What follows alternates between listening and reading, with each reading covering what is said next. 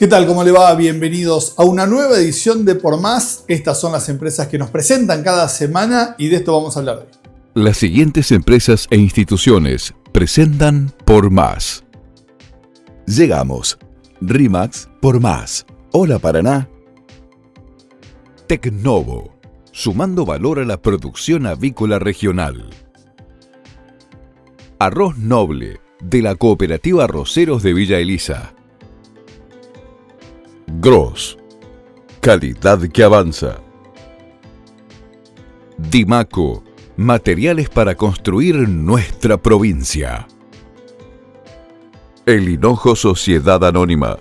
Negocios agropecuarios asociativos. Folmer. Concesionario oficial Case para Entre Ríos. Arús. Experiencia y profesionalidad en comercio exterior. Vitrex. Industrialización del vidrio. Distribuidor oficial Vasa y Blindex. Integrante de la red Ecoglass. Pinturas Sorbaloc. Calidad certificada ISO 9001. Petropac. Fábrica de envases flexibles. ENSA. Ascensores panorámicos neumáticos. Biosolares. La mejor energía. Coopar. 69 años potenciando el desarrollo de nuestros asociados. Banco de Entre Ríos. Acá para vos. Agrolac Paraná. Implementos para la industria láctea. Laboratorios La Fedar. Desde Entre Ríos al mundo. Leiva. 30 años potenciando negocios en la región. Colegio de Profesionales de la Agronomía de Entre Ríos. 30 años de compromiso con nuestra profesión. Cree en tu sueño. Leffler Dietz. Hacemos lo mejor. Manprin y Cébola. 25 años junto a Volvo Trucks and Buses. Grossteiner. Arquitectura en contenedores. Best. Sociedad Anónima. Obras, ingeniería y materiales eléctricos. Cremigal. De nuestra familia a la tuya. De Martín Hermanos. Constructora y hormigonera. Rotex. Para su producto Huevos AA. Y como dijimos en algunas ediciones atrás, este año vamos a tener algunos programas particulares, algunos programas para conocer los empresarios que están detrás de cada una de las principales empresas que tiene la provincia de Entre Ríos y cómo han logrado llegar al lugar en que están. Esta semana, este domingo, se está conmemorando el Día del Emprendedor. Y para homenajear a todos los emprendedores, lo vamos a hacer a esta nota, este programa completo, con uno de los emprendedores más importantes. Hay muchísimos emprendedores en Entre Ríos y esa es una de las grandes características que tiene nuestra provincia. Pero tal vez este tiene algunas particularidades más que otros. Se trata de Héctor Mota, el presidente de Grupo Mota. Con él vamos a empezar a repasar un poquito lo que ha sido su vida, pero también lo que piensa respecto a muchas de las cuestiones que estamos hablando hoy en día y que tienen que ver con el emprendedurismo. Primera parte, primera pregunta, y con esto arrancamos. No es una pregunta habitual con la que se arranca una nota de estas características, porque le vamos a preguntar qué está estudiando hoy Héctor Mota a sus casi 80 años y tiene un motivo muy particular, entender qué es lo que está estudiando un emprendedor y un empresario de estas características. Bueno, yo creo que hoy el mundo que vivimos te exige día a día tratar de ver qué es lo que está pasando y en función de eso tratar de tomar ese conocimiento, asimilarlo, y creo que está predominando sobremanera lo que es la inteligencia artificial predominando en el mundo. Hay mucha gente ávida por saber del tema, por conocer del tema. Hay mucha comunicación sin que uno advierta que ya las universidades han despertado y saben que así como en un principio lo tomaron en abstracto, hoy en día tienen que autogestionar de esa manera y tenerlo como una prioridad. Y que detrás de esto se ha desatado también un proceso de robotización que impacta, por lo menos en lo personal, puedo decirlo, en la actividad industrial, de manera positiva, hasta diría de manera muy positiva, porque si bien es cierto que acelera proceso, que asegura proceso, que estimula crecimiento, pero por sobre todas las cosas le facilita la tarea del hombre. Hoy el hombre es el complemento de una actividad planificada y que se está ejecutando en el momento, a lo mejor con el menor esfuerzo posible de su parte. Se requiere más fuerza que de capacidad intelectual que no el requerimiento físico, que antes era prácticamente condición sine qua non en muchas partes de los procesos industriales o productivos.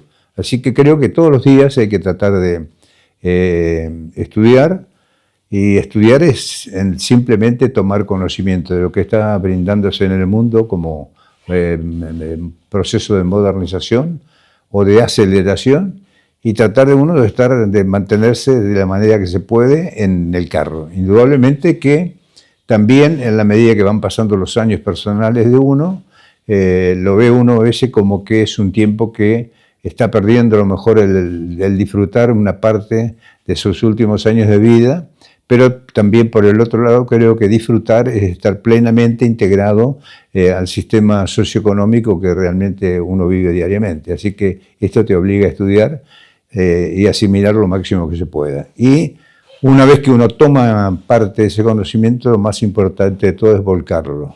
Si uno no tiene la capacidad de que producir lluvia a partir de uno de ese conocimiento asimilado, entonces no sirve el aprendizaje. Ahora, cuando vos decís volcarlo, significa de demostrar con el ejemplo también.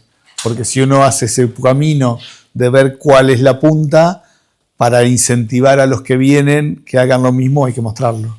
Sí, yo creo que hay que borrar, más que nada, yo lo tengo borrado hace mucho tiempo, yo ya hice, ¿no?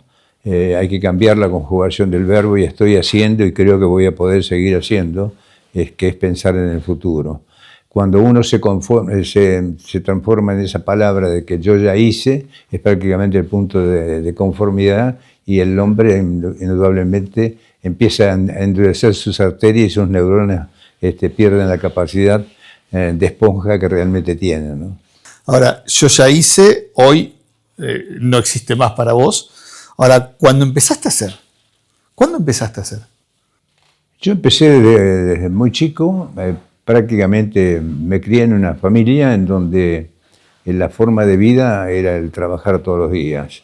Bueno, yo la verdad que, a fuerza de ser sincero, lo he relatado, lo he comentado más de una vez, arribé a la avicultura, si bien es cierto que el fondo del hotel, porque el hotel en aquel entonces estaban construidos sobre 1 hectárea de tierra, no los hoteles hoy, tamaño moderno que conocemos, y en los fondos de ese hotel, mi madre, que era por eso digo, de familia agropecuaria, tenía en aquel entonces, me acuerdo, 700 ponedoras que suplíamos la demanda del hotel con esas ponedoras, y el resto se vendía. Entonces yo, teniendo 13 años, mi madre me asocia en ese negocio para incentivarme a mí, desde la recolección de huevos, que era lo que menos gustaba, hasta alimentar las aves todos los días, y me asocia en eso para que yo le tomara, me imagino yo, el gusto de que el dinero tenía algo que ver con la vida del ser humano. Entonces yo iba y compraba el alimento y entregaba el excedente que se producía, que no consumía el hotel, en una casa que se llamaba la Casa Besle en Crespo, que era de acopio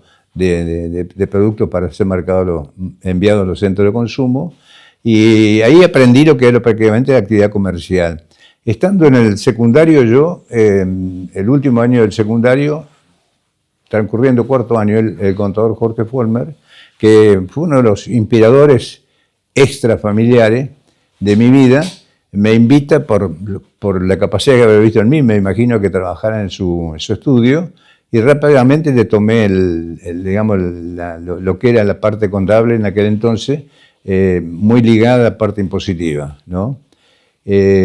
Trabajé con él, y en ese de andar con él, transcurriendo mi 4º y mi 5º año, una vez que termino, mi deseo era continuar en Buenos Aires, como después lo pude hacer para hacer la parte terciaria mía de formación.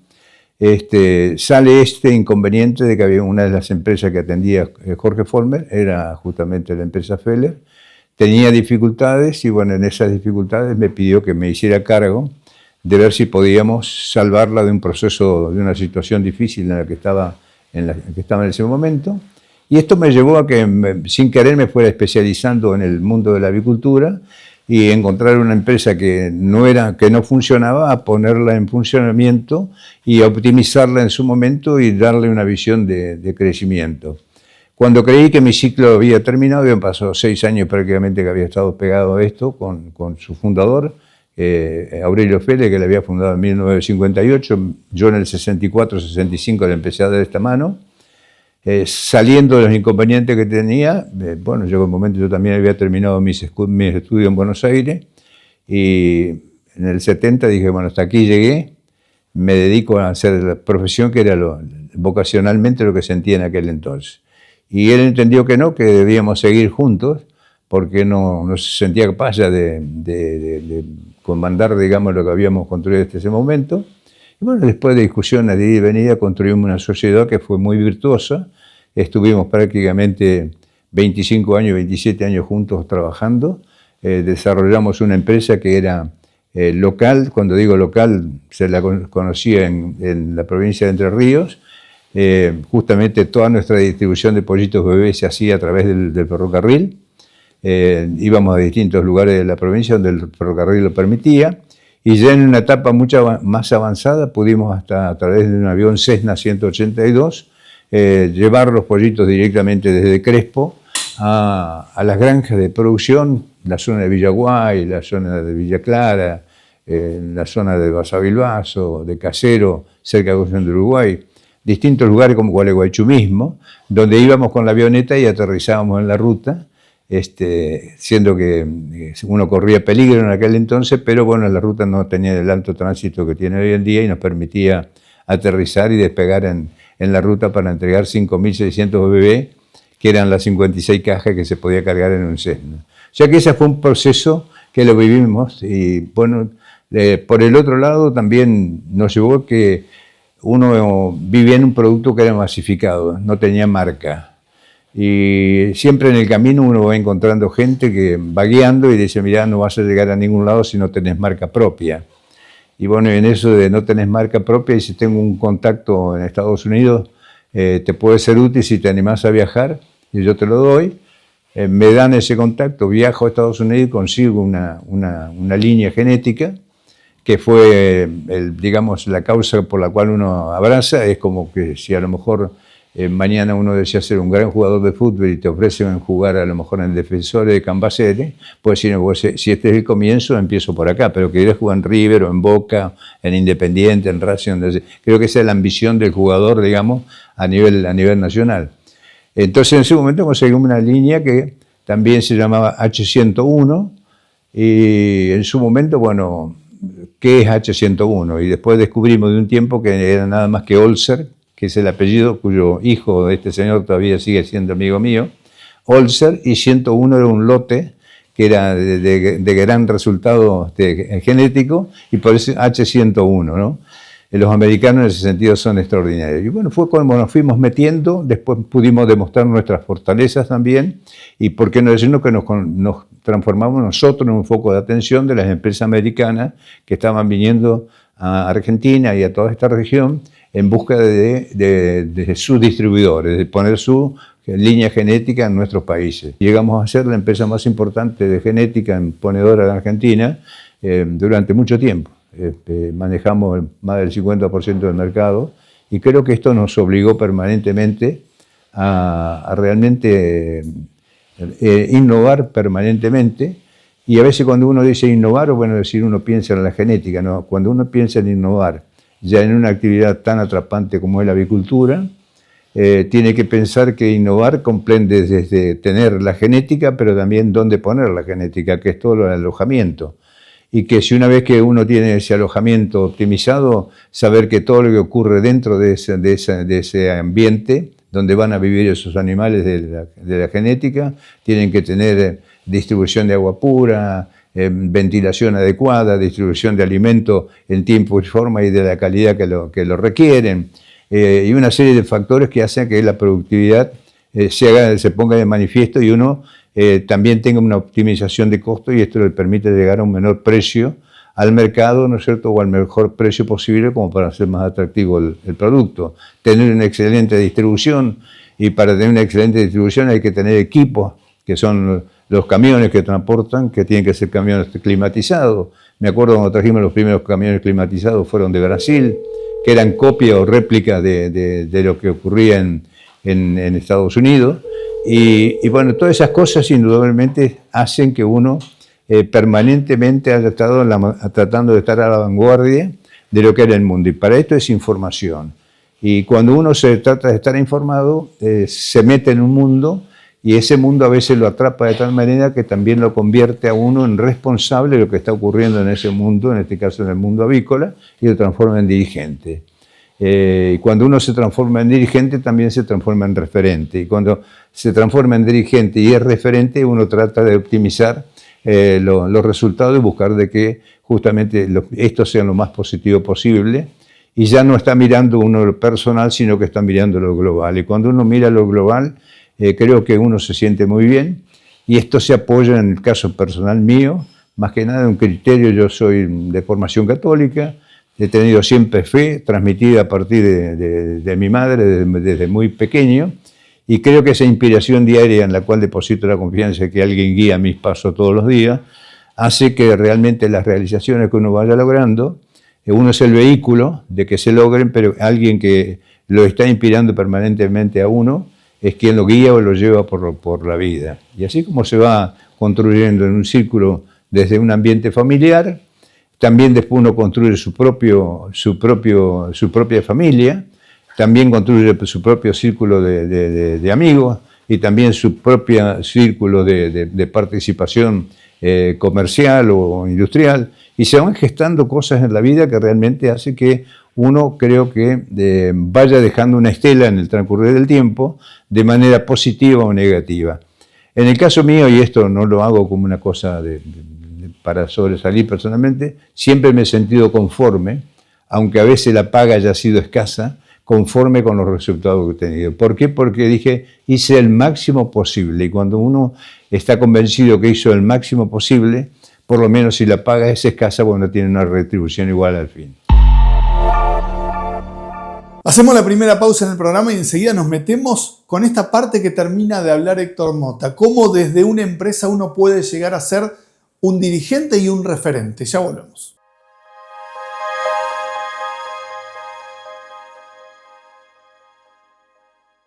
Este es el espacio principal de la casa.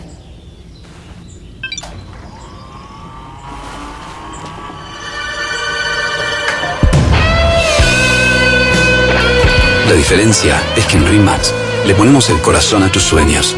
Cada vez más sueños alcanzados. Cada vez más RE/MAX. Llegamos. RE/MAX por más. Hola Paraná.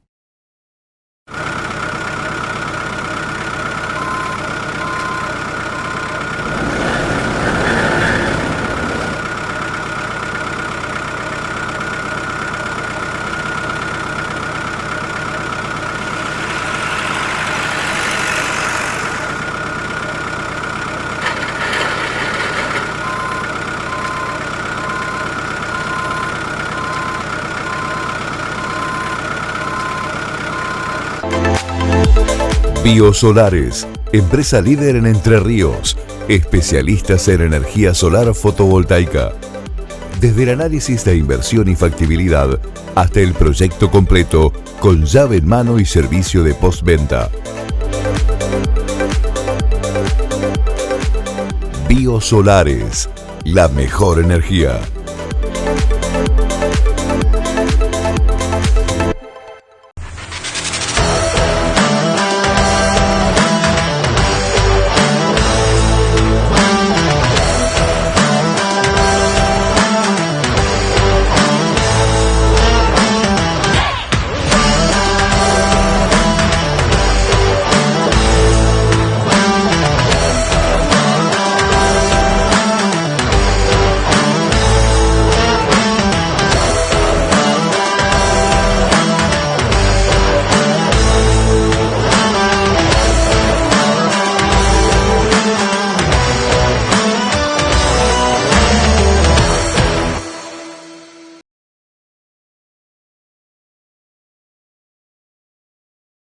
¿Querés estar espléndida por dentro y por fuera?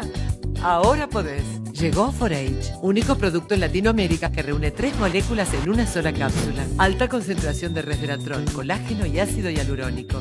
Gran poder antioxidante, disminuye signos de envejecimiento, incrementa la renovación celular, fortalece cabellos y uñas. Mejora el funcionamiento del sistema inmunológico, cardiovascular y cerebral. 4H, porque cuidarse por dentro se nota por fuera.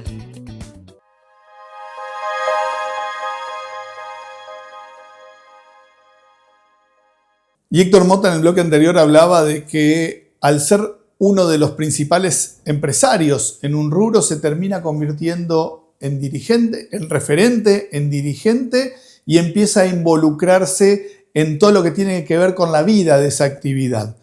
Hoy los dirigentes, ¿cuáles son las diferencias que tenemos y qué es lo que están buscando todo aquel que llega a dirigir una entidad?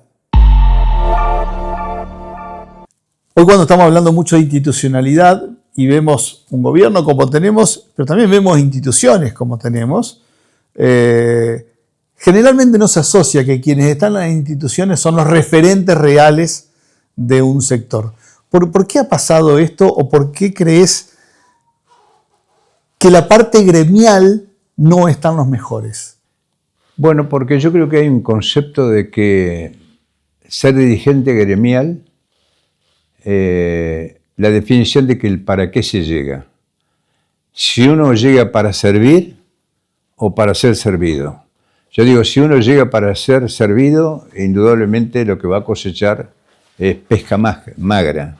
A la larga, alguien se la cobra a uno, y esto está escrito, el resto que puede componer el grupo o el círculo se advierte de esto y lo va dejando a uno al costado, no le da las posibilidades. Mientras que si uno llega con el convencimiento de que va para servir, y cuando digo para servir no es hacerle solamente el bien a los demás, sino de posicionar la actividad en la cual uno le toca participar de la mejor manera posible. Y participar de la mejor manera posible a veces en el mundo empresarial implica tener el mejor producto, con el mejor respaldo, con la mejor presentación, con una marca establecida en el mercado, con una publicidad acompañada permanentemente. Y cuando la gente advierte que todo esto es positivo y no es engañoso, ahí creo que la balanza juega a favor de uno o de otro. Así que yo definiría, la primera definición que haría es decir, quien arriba a una entidad o una institución lo hace o para servir o para servirse. Si se llegó para servir, se va por el camino equivocado, porque cree que le va a favorecer por contacto, porque le van a hacer más permeables algunos ingresos a determinados lugares. Creo que está muy equivocado. Cuando uno va con el espíritu de grandeza, de que lo que se logre es para el conjunto y que no es para lo personal, creo que ahí está justamente el verdadero objetivo. Después también saber de que a veces las necesidades que generalmente la población, como la de Argentina y la de muchos lugares del mundo, en donde todo el mundo tiene una cierta aspiración, es aspiracional, quiere subir, y ve a alguien arriba en el podio, indudablemente lo transforma a veces en el enemigo. Por eso es que se cree que el empresario lo único que hacía durante muchos años es ganar dinero, hasta que apareció algo, una reflexión hace muchos años atrás, que el mundo lo trajo desde siempre, pero alguien tiene que filosofar y clavar y dejar la marca, que era la responsabilidad social empresaria. Entonces se gestó en un grupo de dirigentes de que no solo teníamos que ser responsables socialmente, sino que teníamos que tratar de transmitírselo a la sociedad con hechos, no con palabras. Es decir, no es decir soy socialmente responsable, sino que al ser socialmente responsable lo hago en hechos concretos, lo pongo al servicio de la comunidad. Y creo que esto es lo que empezó a engrandecer la figura o a modificar, digamos, la mirada que se tenía hacia el empresario. Así que hoy yo creo que el empresario está aceptado socialmente como una persona capaz de hacer el bien, de que la gente entiende que va detrás del fin del lucro, pero que también detrás del fin del lucro está haciendo un sinnúmero de cosas que hacen al bien social. Cuando uno está detrás de ese bien social, creo que la tarea es mucho más fácil, ¿no? Vuelvo a lo que decía al principio de qué es lo que estabas estudiando y que ese es el ejemplo para el resto. Esto que estás diciendo vos, de un día para el otro, la sede de Feller pasó de Crespo a un pueblo que no existía, donde no había caminos, donde no había teléfonos, donde no había nada, y había que decirle ya a una empresa con mucha gente, nos vamos a mudar allá, nos vamos a ir allá y tenemos que ir a trabajar allá, y van a tener que empezar a viajar. Así es. Salir del círculo de confort.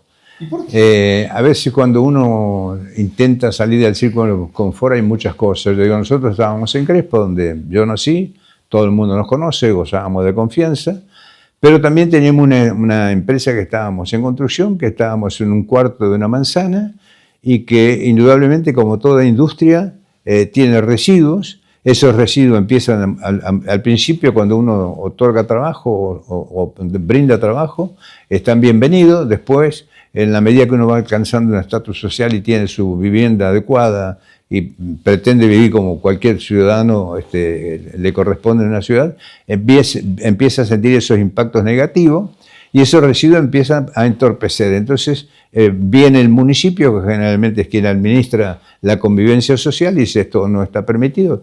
Uno como empresario dice, bueno, no tengo otra solución de dónde volcar, supongamos, los efluentes. Y bueno, todo eso a mí me llevó en un momento dado, digo, bueno, no estar pagando multas indudablemente o tener que estar discutiendo si tenía razón o no, acá hay que buscar una solución totalmente distinta. Paralelamente se dio que estábamos en la búsqueda de hacer un parque industrial para la ciudad de Crespo, y yo también que estábamos con un proyecto personal que era tener un parque industrial propio. Entonces muchos me recriminaron durante muchísimo tiempo, decir, ¿por qué vos, que fuiste uno de los motores de que el parque industrial de Crespo exista, ¿por qué te fuiste a Racedo? Era una recriminación que la gente de Crespo me hacía. Entonces le digo, bueno, porque cuando compramos las 14 hectáreas del parque industrial de Crespo, yo soñaba con tener 15 o 20 hectáreas para mí, para desarrollarme. Entonces, ¿qué iba a decir la gente? Se compró el parque industrial de Crespo para alojar su empresa allí. Por eso es que empecé en esa tarea titánica, acompañado por mi señora, de buscar un lugar donde relocalizarnos, y en silencio. Y primero creíamos que podía haber sido Camps, porque nos resultaba más simpático. Era un lugar que de Crespo iba hacia Hernández, un lugar que también era la cuna de mi familia materna. Recorrimos Puigari, la estación de Puigari del ferrocarril, y en ese ir y venir también vinimos a Racedo. Y en el único lugar donde el receptor, a veces el que te tienta, nos recibe un señor acá en Racedo que se llamaba Gino Jacobi, ¿no? Hoy ya fallecido, y me dice, bueno, usted no sabe lo que sería para este pueblo que está muerto. Acá hace 40 años que no pasa más nada. La gente ha emigrado todos, los que quedamos acá somos personas adultas, ya ni la escuela funciona como funcionaba antes, porque ha perdido alumnos, no tiene su razón de ser. Yo le pongo todo lo que tenemos a disposición y le digo, bueno, ¿en qué me puede ayudar? La Junta de Fomento era en aquel entonces. Dice, tenemos 2 carretillas, unas palas y algunas personas que le podemos recomendar para ayudar. Ese gesto de grandeza que quien lo miraba desde el punto de vista de una empresaria era nada, la respuesta a mí me movió. Dijo, no, acá tenemos que afincarnos nosotros. Entonces le digo, bueno, ayúdame a comprar el primer lote de terreno, que fue una casona vieja, que la transformamos hoy en día en donde está la planta de incubación de Cabaña Avícola Feller acá en Racedo, y empezamos a ver cuáles eran las deficiencias. Entonces no había teléfono. Entonces es la cabina de teléfono, que era lo único que había, estaba en la casa de ese señor, y me dice, acá nadie quiere teléfono. Y le digo, bueno, pero sin teléfono no se puede vivir comunicado con el mundo. Entonces me voy a la compañía de teléfono, le explico todo lo que queríamos hacer, que quisiéramos que vinieran a Racedo, y dice, no, nosotros no vamos a ningún lado. Vamos si la gente nos pide. Y digo, ¿cómo se pide? Y dice, por lo menos, hablemos de Racedo, tiene que haber 50 pedidos de teléfono para que esto funcione. Entonces convencer a 50 era imposible. Y acá viene la primera mentira de mi parte. Llamé a un colaborador que todavía está conmigo acá y le digo, pedime el padrón de toda la gente que vota en Racedo, que era toda la gente del campo. Hicimos una carta y pidiendo un teléfono de parte de cada uno de ellos, y los llevamos a las 57 solicitudes a Telecom, y pasó el tiempo y nos comunicaron que Telecom se venía para acá, cuya antena está hoy acá en Racedo, Y mucha gente dijo, nunca pedimos el teléfono, pero me está llegando a mi casa. Estaban todos contentos cuando llegaba el teléfono. La gestión había sido nuestra, con una firma inexistente que era la nuestra. Son los que digo yo, Dios perdonará. También hicimos posible cuando vinimos acá, decir, bueno, esto tenemos que tratar el tratamiento de efluente que veníamos con ese castigo de origen, tenemos que buscarlo nosotros. La laguna estabilizadora la hicimos nosotros acá en Racedo, con la ayuda del gobierno provincial hicimos toda la distribución de lo que es el sistema cloacal de Racedo, hicimos emprolijamiento de calles, fuimos metiendo la localidad de Racedo en la mente del gobierno provincial y también de todo lo que circundaba, como es la escuela agrotécnica Las Delicias, en La Delicia. Y en vez de Crespo de sentirnos como un competidor, vio que podíamos ser un gran complemento de futuro y transformar todo esto que eran pueblos desunidos en una región. Y que eso lo único que lo iba a llevar adelante era a través de un camino que nos uniera. Hoy Racedo, ¿qué tiene? Hoy, ¿qué tiene Racedo? Bueno, Racedo, si lo tomamos de los últimos 40 años para acá, hoy lo más importante que tiene Racedo, creo que tiene construcciones, alrededor de 120 viviendas privadas y unas 200 viviendas del gobierno, después de 100 años que no se construyó ni un tapial acá en Racedo. Creo que ese fue un vuelco terrible. Hoy en día, si ustedes dan vuelta acá, se van a dar cuenta que hay un fenómeno. Toda la gente está construyendo en Racedo. Ya lo ven a Racedo como un polo de futuro, de tranquilidad, pero también una oportunidad de trabajo. Y tiene algo más que es importante, que tiene una fuente de trabajo de 350 empleos, Racedo. Hacemos una nueva pausa y enseguida volvemos con Héctor Mota.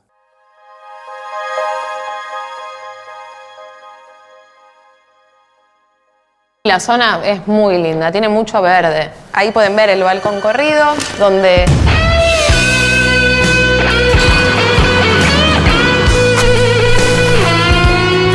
La diferencia es que en RE/MAX le ponemos el corazón a tus sueños. Cada vez más sueños alcanzados, cada vez más RE/MAX. Llegamos. RE/MAX por más. Hola Paraná. Cree en tu sueño. Nosotros lo hacemos. Aberturas de alta prestación, curtain walls, pisos, techos y divisorios vidriados, portones y puertas automáticas, cortinas industriales y mucho más. Leffler Dietz. Hacemos lo mejor.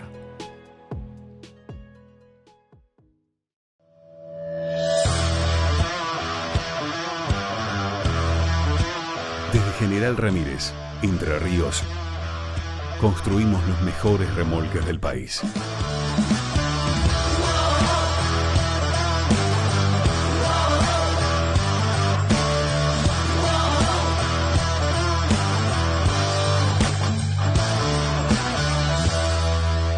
Gross, calidad que avanza.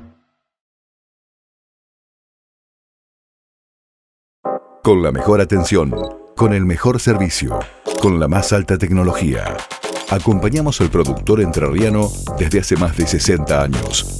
Folmer, concesionario oficial Case para Entre Ríos. Encontranos en Villaguay y Crespo o en maquinarias.folmer.com.ar.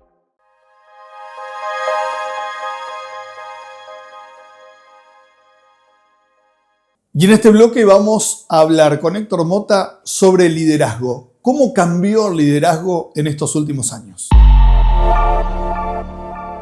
¿Cómo ha cambiado el liderazgo? ¿Cómo sentís vos que liderar hoy no es lo mismo que liderar hace 5 o 10 años atrás?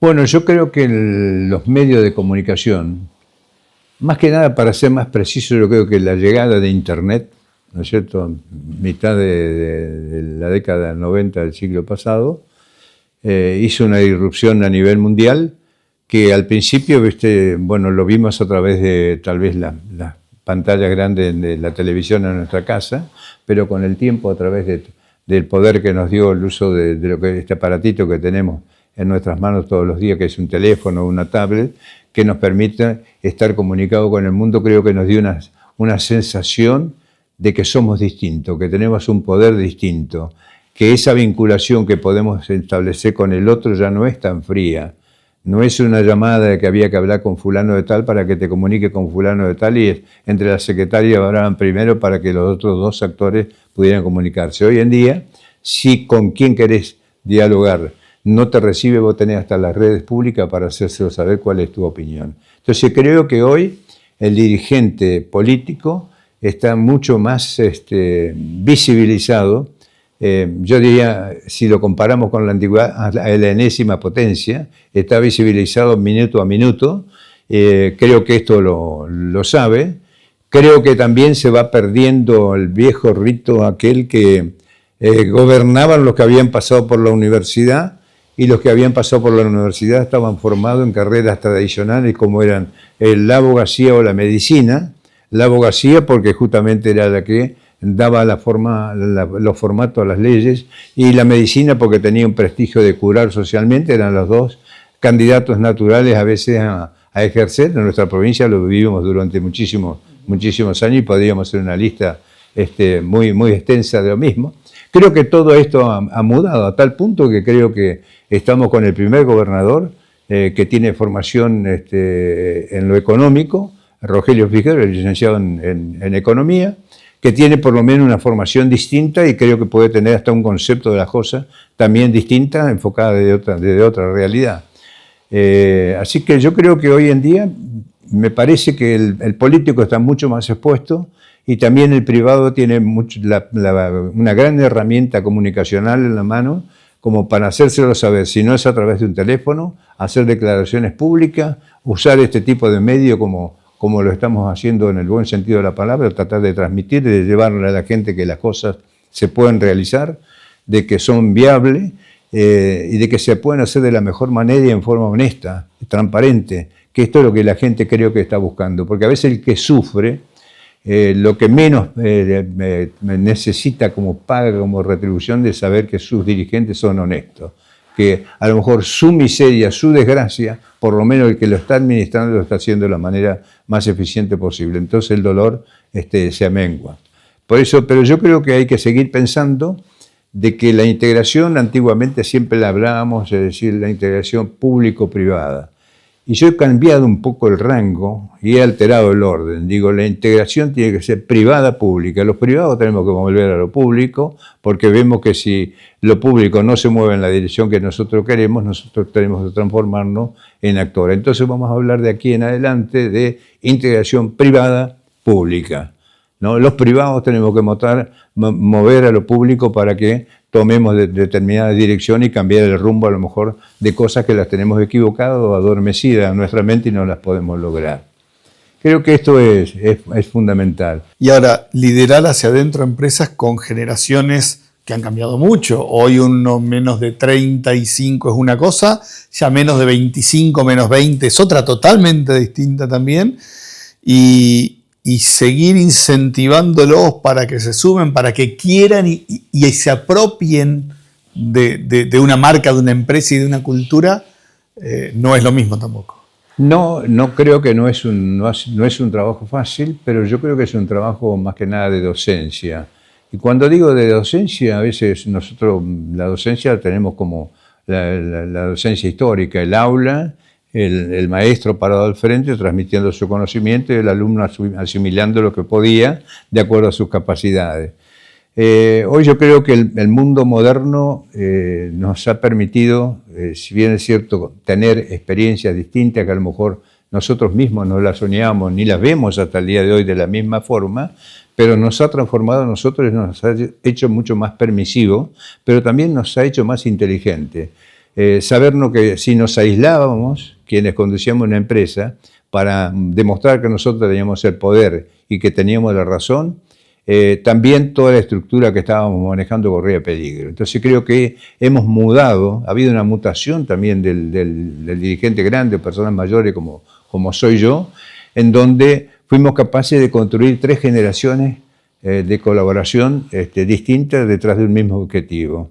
Yo creo que se lo transmití a mis hijos, se lo transmití a mis sobrinos a través de que mi hermano también tuvo un paso muy importante conmigo en la empresa, y también hoy en día le estamos tratando a través de nuestros hijos, a nuestros nietos, hacerle ver que no tienen por qué hacer lo mismo que hicimos nosotros, pero que gracias a Dios son 6 los nietos que tenemos, que alguno de ellos debe continuar esta obra y que es para el beneficio de todos. La primera reflexión que hacemos a veces es decir, mal no nos ha ido. Entonces, si no nos ha ido mal y nos da cierta seguridad de cierta forma de vivir con un bienestar medianamente pasable dentro de una sociedad altamente competitiva, acá van a tener la posibilidad alguno de ellos de continuar. Y es por eso que yo creo que hay una cosa que se ha dado lógicamente. Hay familias que se han destruido a veces por la sucesión familiar o por la continuidad del negocio. Con esto no quiero ser ejemplo de nada ni nada por el estilo, pero creo que también hay algo fundamental en cada uno que es el espíritu de recogimiento, de saber hasta dónde uno puede liderar las cosas y cuándo viene el tiempo de los demás. Eso creo que es ser inteligente. Nosotros en los últimos 10 años hemos llevado una transición por demás importante, ordenada, no sin conflicto, porque indudablemente toda transición trae conflicto, porque cada uno tiene una mirada sobre los intereses muy personal, pero la hemos abordado y creo que hoy en día quien les está hablando ya no es el propietario de las acciones del grupo, sino que soy alguien que vengo a liderar todos los días, porque ellos mismos me lo han pedido, que mientras viva y me sienta con fuerza, este es mi lugar, pero vengo a pelear por el peso de los demás, ya no vengo a pelear por lo mío o por lo personal, sino que tengo un concepto de familia integral, digo, estoy ayudando a la familia, voy a ayudar a la complementación de lo que están dirigiendo hoy mis hijos y ayudarlo a que también ellos sean tolerantes en la incorporación de los nietos, de los cuales 2 están dentro de la compañía y que ojalá puedan sumarse algunos más en el futuro de ellos, también entendiendo que puede haber miradas distintas y que pueden desarrollar otras actividades y no estar dentro de la empresa y convivir también familiarmente dentro del sistema. Creo que estas son las miradas que hay que tener.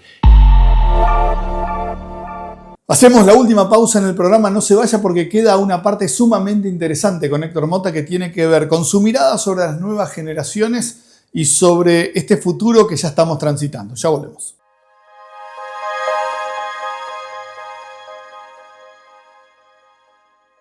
Tiene orientación al norte, siempre van a tener muy buena luz. Ahora vamos a ver la terraza. ¿Y ahora?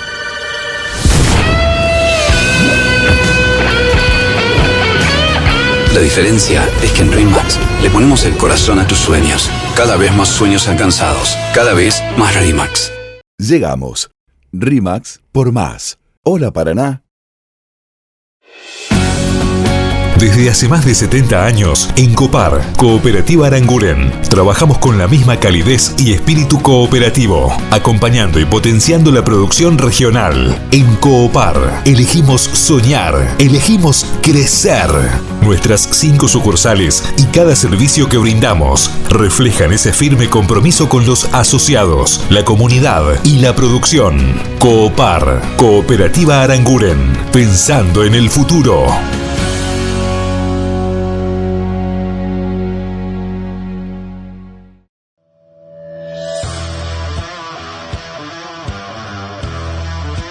Desde General Ramírez, Entre Ríos, construimos los mejores remolques del país.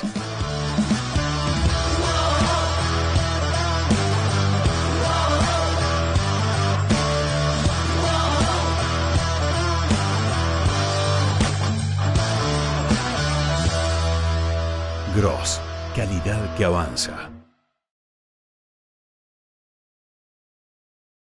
Cuando sos un emprendedor, tenés que encargarte de todo. Por eso, nosotros te damos una de las 1000 manos que necesitas.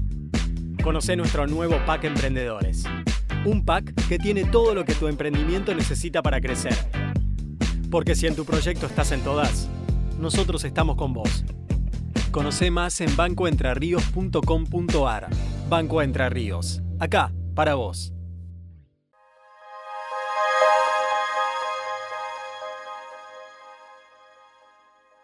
Y le preguntamos a Héctor Mota qué es lo que opina de estas nuevas generaciones, de este nuevo mundo que hoy está en plena transformación y que ha cambiado absolutamente las reglas de juego y los paradigmas que se venían manejando hasta estos momentos. En los nietos, 2 dijiste que están empezando a meterse, pero qué mirada, y por eso empecé por la pregunta de qué estabas estudiando hoy, ¿no? Porque vos tenés mucho contacto con los jóvenes.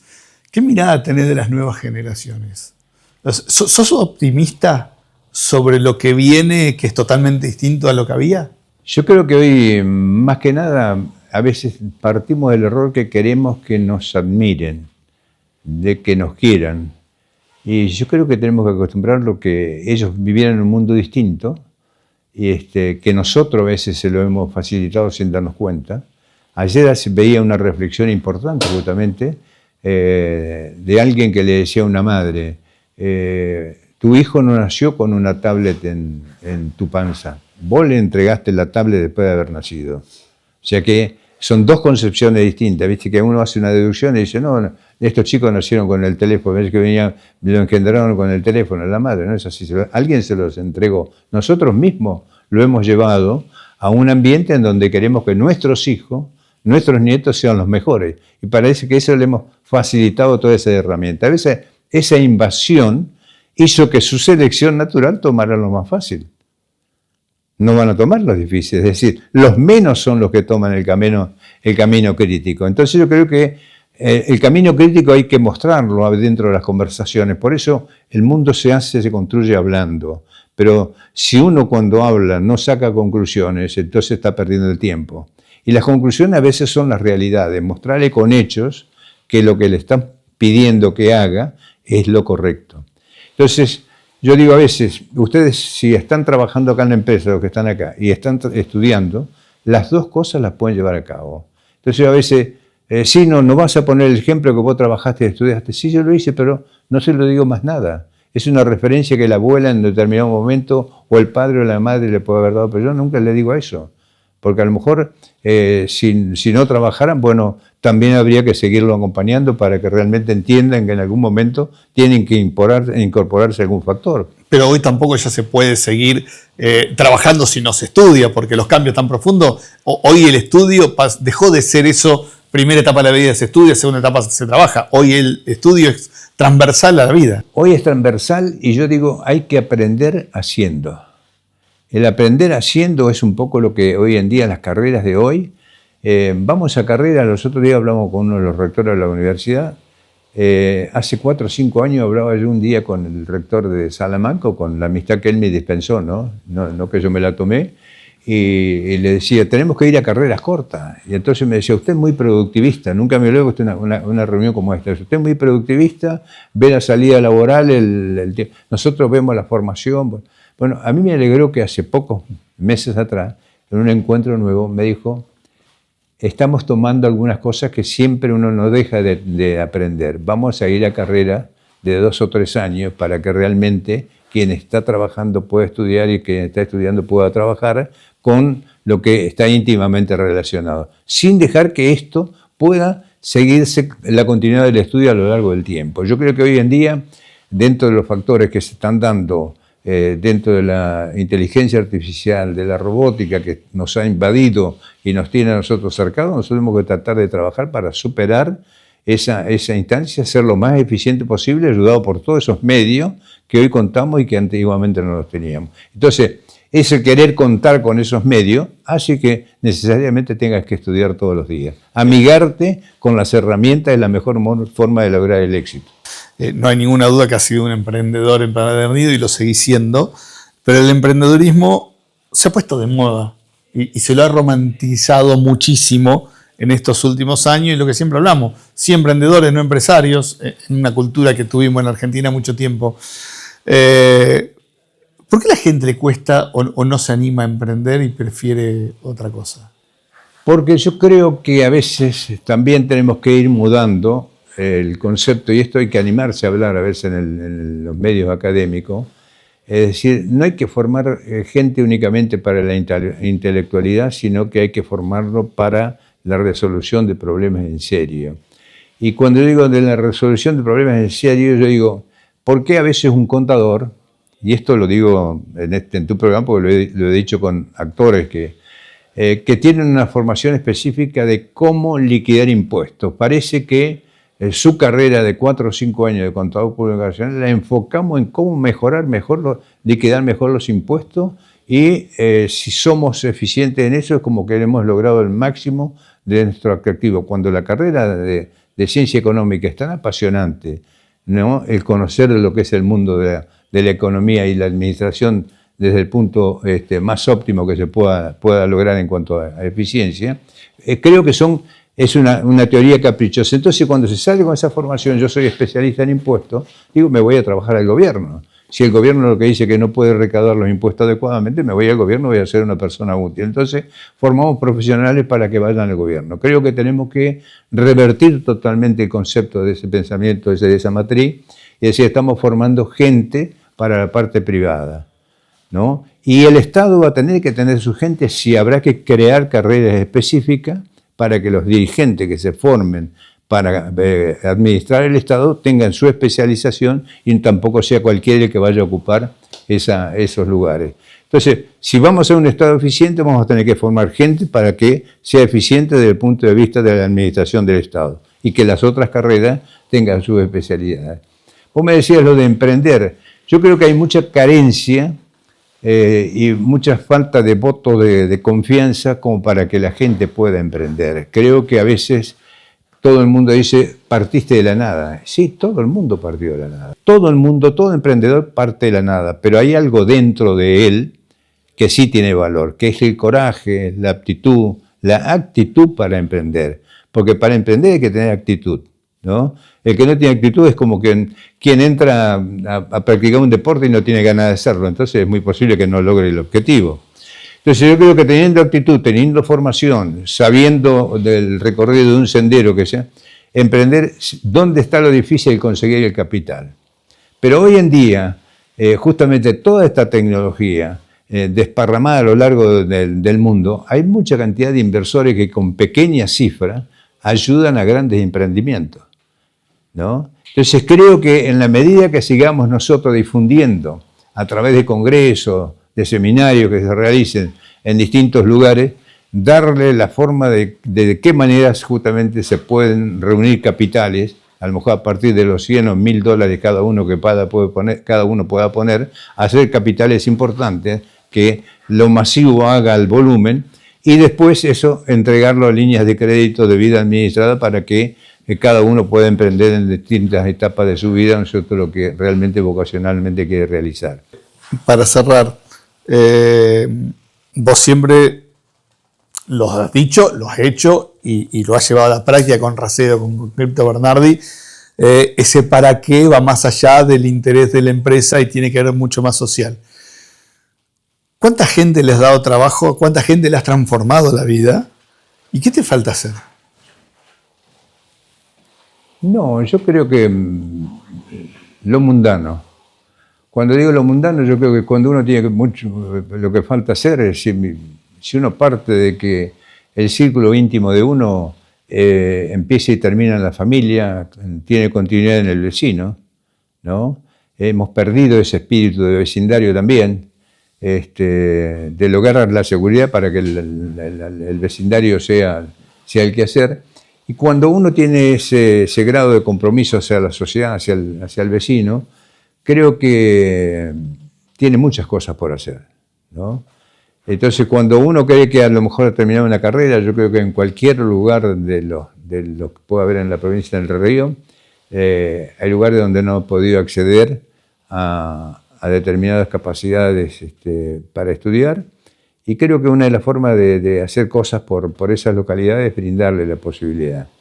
Yo hace 20 años traje a Crespo lo que fue la primera carrera universitaria. Crespo no tenía carrera universitaria hace 20 años, se cumplió el ITU los otros días, el Instituto Tecnológico Universitario, y hoy Crespo se está transformando en una ciudad universitaria.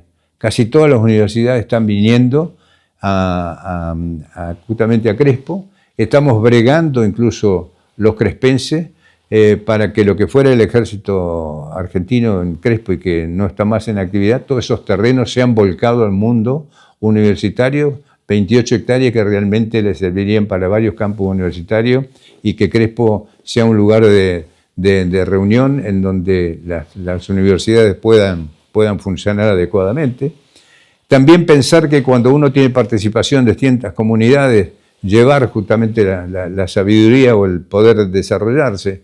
Estamos, por ejemplo, en este momento con un grupo muy pequeño colaborando, porque generalmente la gente que se compromete son los menos al principio, después se suman al pelotón, digo yo, de dictar una licencia, una diplomatura con Cristo Bernardi, que va a dar inicio el 3 de mayo de este año. Ya en tecnología y manejo aviar, ya no es la historia de la avicultura, de cómo se cría un pollito, cómo se cría una ponedora, cómo se maneja un pollo, sino de cómo se manejan los galpones inteligentes, cómo se controlan a través de los sistemas que hoy realmente disponemos para trabajar a distancia. Creo que todo este conocimiento lo vamos a llevar en esta diplomatura con Cristo Bernardi, y esto es poner caña de pescar, digo yo, a disposición en distintos lugares en donde realmente los dirigentes de esos pueblos le abran las puertas a uno y trabajemos mancomunadamente. Este ejemplo lo doy porque es un esfuerzo muy parecido al de Crespo, en donde la UADER en su momento, nuestra empresa y el municipio de Crespo dijimos sí, vamos con el hito adelante, y ahora bueno, con Cristo Bernardi están sucediendo hechos similares donde Bernardi no tiene posibilidad de que estudie la gente en la zona. Medianamente alguno que tenga algún dinero disponible puede apelar de ir a Concordia, pero Concordia está, hay que hablar de 100 kilómetros. Entonces creo que acercarle a su casa la posibilidad de estudiar creo que es muy bueno. Y creo que en la medida que sigamos cultivando a la gente hacia arriba, acercándole que el conocimiento forme parte de él, ¿no? Creo que vamos a facilitarle la vida. Así que es por donde hay que seguir. Las siguientes empresas e instituciones presentan Por Más. Llegamos. RIMAX por Más. Hola Paraná. Tecnovo, sumando valor a la producción avícola regional. Arroz Noble, de la Cooperativa Arroceros de Villa Elisa. Gross, calidad que avanza. Dimaco, materiales para construir nuestra provincia. El Hinojo Sociedad Anónima, negocios agropecuarios asociativos. Folmer, concesionario oficial Case para Entre Ríos. Arús, experiencia y profesionalidad en comercio exterior. Vitrex, industrialización del vidrio, distribuidor oficial Vasa y Blindex, integrante de la red Ecoglass. Pinturas Sorbaloc, calidad certificada ISO 9001. Petropac, fábrica de envases flexibles. ENSA, ascensores panorámicos neumáticos. Biosolares, la mejor energía.